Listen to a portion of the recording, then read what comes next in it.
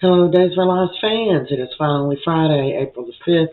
Eric finds a notice to Sloan that she is behind on the rent. She has not been paying it. It's very concerning to him. He runs into Leo later in the square with baby Jude, and he's showing off his pretty scarf that he just got on sale. And he told Eric, "I'll watch the baby. You run in and get you something." And he says, "Oh, we can't. We're on a pretty tight budget." And he said, So, because he is milking Sloan for every penny he can get.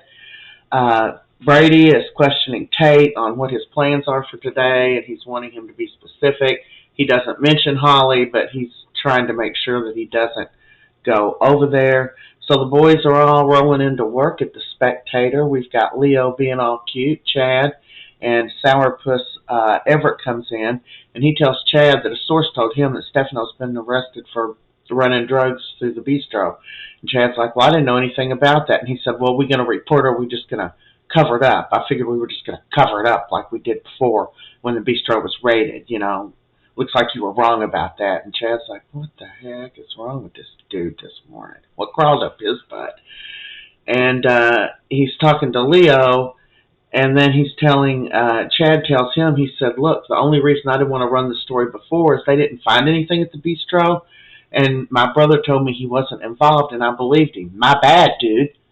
And he's like, "Yeah, you sure? Well, you check it out. If you like the story, you can run with it." Meanwhile, Stephanie slides in, tells him she's not going to quit her job there at the Spectator, but she is only going to deal with Chad. She doesn't want to work with him, with Everett, Bobby, whoever he is. And he says, "Look, dude, I got to slide. I'm being summoned by Detective Jada." So Jada has found her divorce papers, but turns out Bobby Stein never signed them, so they tell him to meet them at the pub, Sloan, Rafe, and Jada, and he's like, whatever, I don't even remember being married to you. I don't know why I have to sign divorce papers, but whatever. And then he signs them, Everett, and she's like, "You've got to sign Bobby Stein." And he said, "I'm not Bobby Stein, and I'm not going to sign. I'm sorry, Detective, whatever her last name is." He said, "You're going to have to find another way to get a divorce. I'm not going to sign somebody else's name." What kind of game is he playing? Well, EJ and Nicole are having a good little conversation while Holly takes a walk in the garden where she is going to meet up with Tate. Oh, my God, he's a knight on a white horse. He brought her a burner cell phone. She's like, "Oh, Tate, you're the best in the world." And they're talking a little bit about how much they're going to meet up during school, as soon as school starts, and they give each other a kiss goodbye, but she goes on and tries to sneak him in the mansion. Like, how goofy is that?